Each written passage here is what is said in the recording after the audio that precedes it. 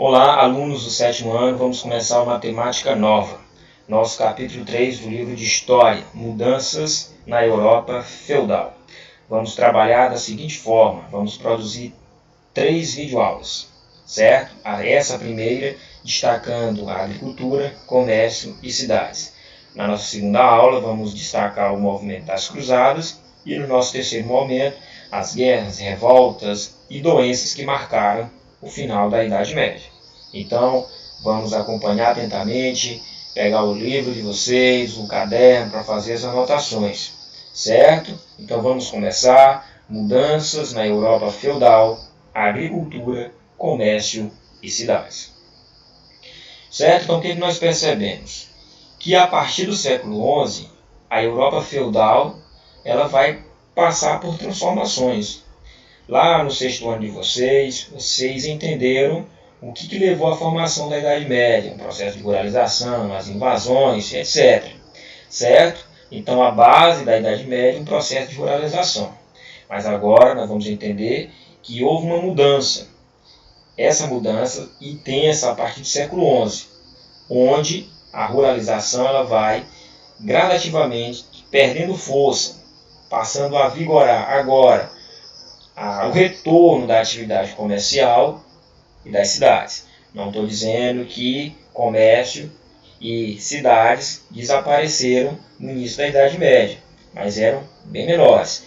Mas a partir do século XI vão ganhar cada vez mais força, intensidade, certo? E essas transformações que se deram a partir do século XI estão relacionadas geralmente a novas áreas de cultivo e novas inovações que contribuíram para um aumento significativo da produção.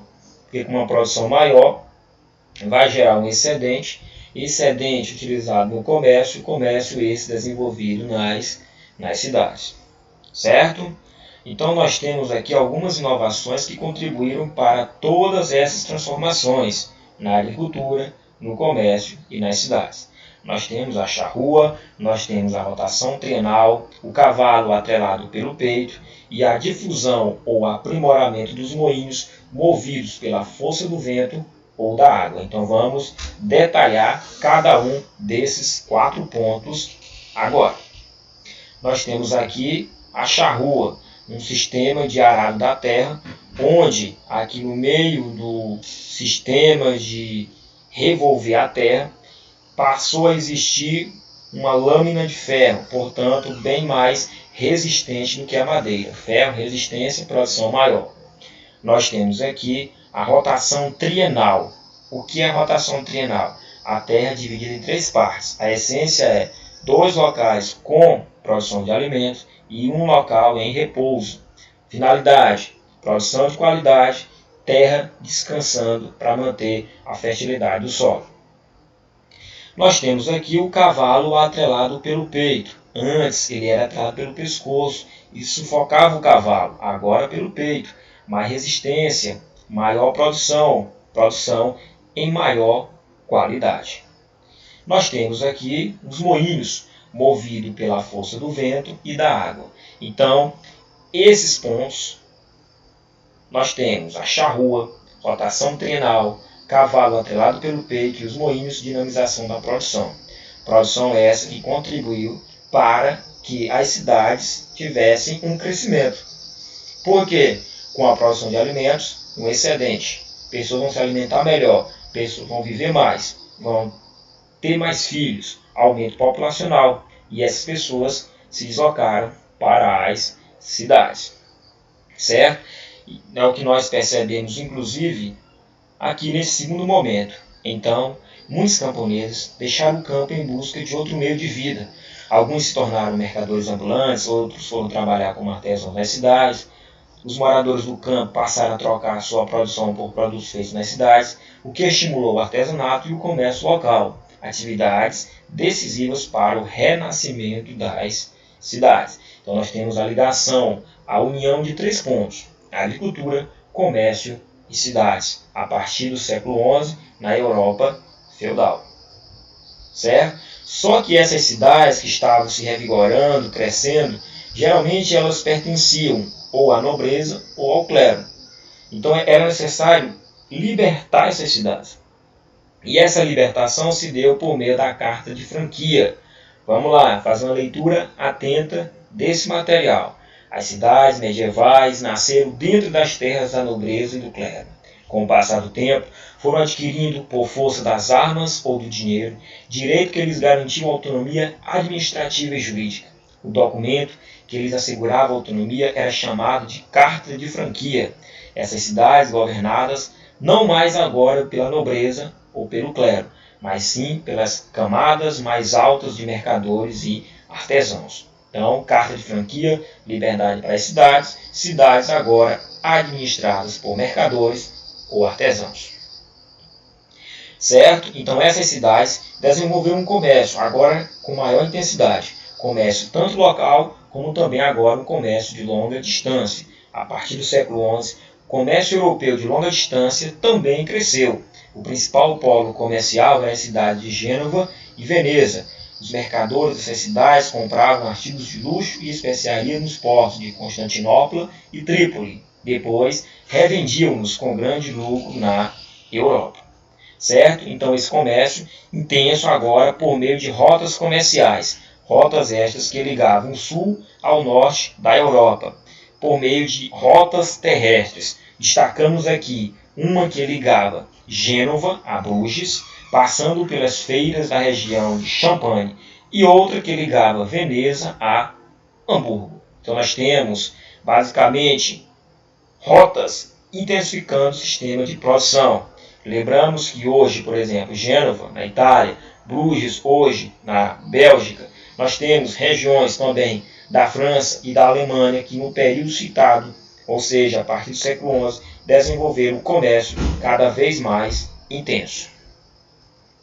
Certo? O comércio também presente nas chamadas feiras medievais. Duravam de 15 a 60 dias e aconteciam uma ou duas vezes por ano, reunindo mercadores de várias partes do mundo. Nelas era possível ver um veneziano vendendo seda chinesa, um chinês oferecendo lã, um nativo de Bruges comercializando tecido. Então, feiras local de troca e venda de mercadorias. Duravam de 15 a 60 dias, aconteciam de uma a duas vezes por ano.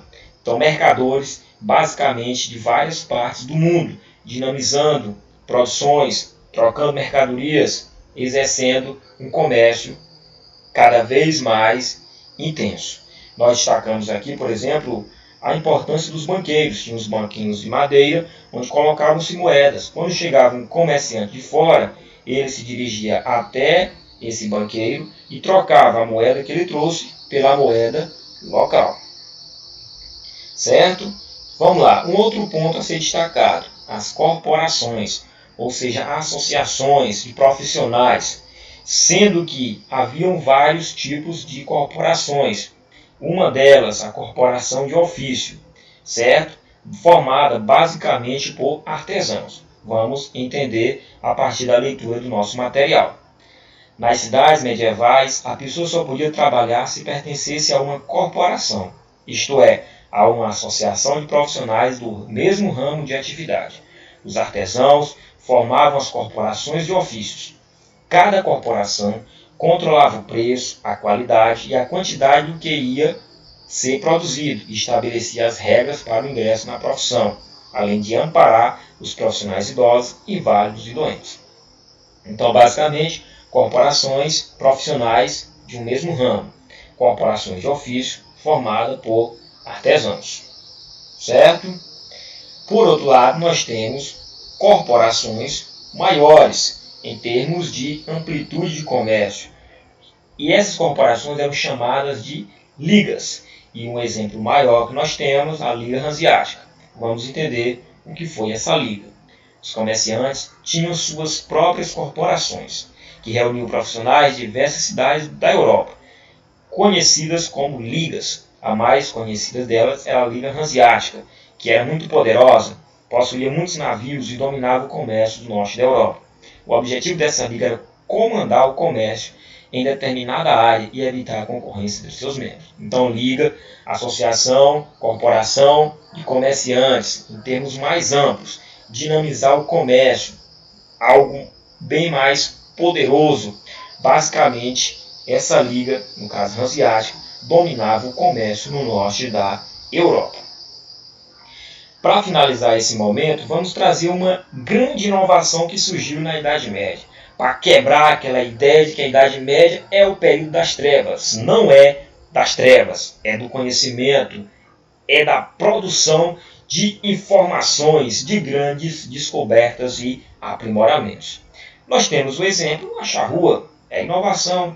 Nós temos a rotação trienal, nós temos também o cavalo atrelado pelo peito e os moinhos, inovação, não é atraso, é inovação.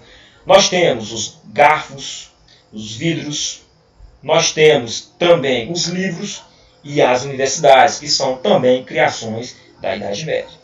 Vamos entender agora especificamente o que eram as universidades medievais. Com esse renascimento das cidades, houve, de certa forma, uma ampliação das áreas do conhecimento e a arte também, certo? Então passaram a existir as necessidades de saber ler e calcular para exercer um comércio. Portanto, as cidades inseridas no contexto maior de liberdade tiveram que se adequar, buscar inovações. Essas inovações contribuíram para a criação das universidades, ou seja, um novo tipo de produção do conhecimento, uma nova formação inserida no contexto de uma ciência, certo? Então a universidade foi uma criação medieval que pode ser definida como uma associação de professores ou de alunos com a intenção de quê? De buscar o conhecimento. A Universidade de Bolonha, por exemplo, foi criada por uma associação de alunos, já a de Paris por uma associação de professores. Então nós percebemos que a agricultura, comércio, cidades estão interligados. Que, a partir do século XI, inovações cada vez mais intensas aconteceram.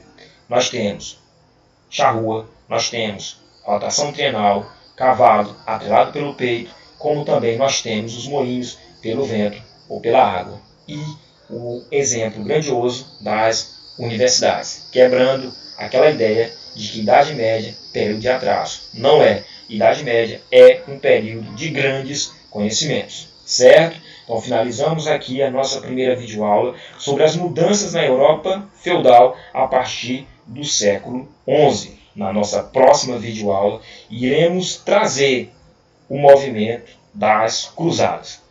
Então finalizamos por aqui e até a nossa próxima videoaula. Um abraço a todos.